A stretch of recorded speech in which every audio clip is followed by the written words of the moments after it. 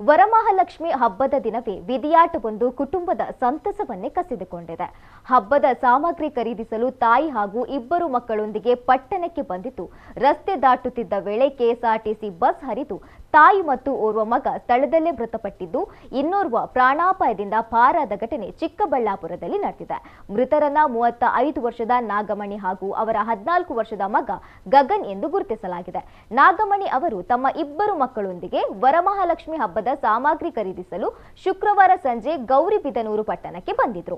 ಈ ವೇಳೆ ತಾಯಿ ಹಾಗೂ ಇಬ್ಬರು ಮಕ್ಕಳು ರಸ್ತೆ ದಾಟುತ್ತಿದ್ದಾಗ ವೃತ್ತದಲ್ಲಿ ತಿರುವು ಪಡೆಯುತ್ತಿದ್ದ ಕೆಎಸ್ಆರ್ಟಿಸಿ ಬಸ್ ಏಕಾಏಕಿ ಅವರ ಮೇಲೆ ಹರಿದಿದೆ. ಬಸ್ಸಿಗೆ ಸಿಲುಕಿದ ನಾಗಮಣಿ ಹಾಗೂ ಗಗನ್ ಸ್ಥಳದಲ್ಲೇ ಮೃತಪಟ್ಟಿದ್ದಾರೆ. ಇನ್ನು ಮತ್ತೊಬ್ಬ ಮಗ ಚಂದನ್ ಪ್ರಾಣಾಪಾಯದಿಂದ ಪಾರಾಗಿದ್ದು, ಗಾಯಗೊಂಡಿರುವ ಆತನನ್ನ ಚಿಕಿತ್ಸೆಗಾಗಿ ಸಾರ್ವಜನಿಕ ಆಸ್ಪತ್ರೆಗೆ ದಾಖಲಿಸಲಾಗಿದೆ.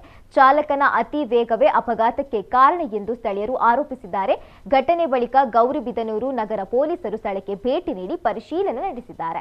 ಪ್ರಕರಣ ದಾಖಲಿಸಿಕೊಂಡಿರುವ ಪೊಲೀಸರು ಬಸ್ ಚಾಲಕನನ್ನ ವಶಕ್ಕೆ ಪಡೆದಿದ್ದಾರೆ.